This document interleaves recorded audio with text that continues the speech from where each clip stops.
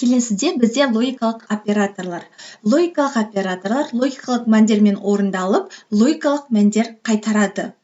Логикалық емес, басқаша айтқанда теріске шығару. Ол леп белгісі арқылы беріледі. Бұл оператор онарлы болып табылады. Яғни бір операндпен ғана жұмыс істейді.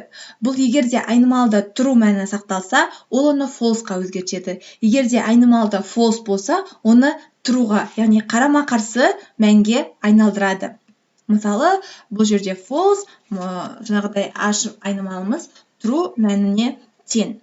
Логикалық және бұны мынадай белгімен белгіленеді, және де бұны басқаша айтқанда логикалық көбейту деп те атайды.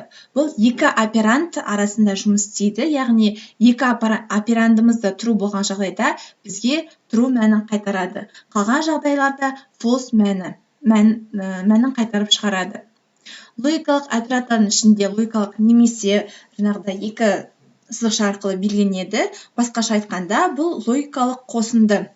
Бұл да екі операнд арқылы жүзеге асады.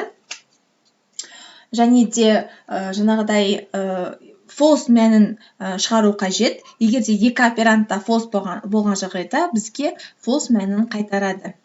Бізде бір ғана жағдайда false мәні, яғни A тең емес A-ға B тең емес B-ға деген сияқты. Сол себепті бізге false мәнін шығарып тұр. Және де операторларды мәнін шығаруда приоритет деген бар. Оның приоритетін білу үшін, яғни бірінші A айнымалысы орындалады, одан кейін B айнымалысы, одан кейін барып логикалық операторы қолданатын болады. Үй тапсырмасы сіздерге, яғни сан берілген. Осы берілген санның 10 теріс немесе 0-ге тең екенін анықтау қажет. Осы үй тапсырмасын орындап, осы видеоның астындағы комментарийге қалдырыңыздар. Сабағымыз аяқталды. Сау болыңыздар.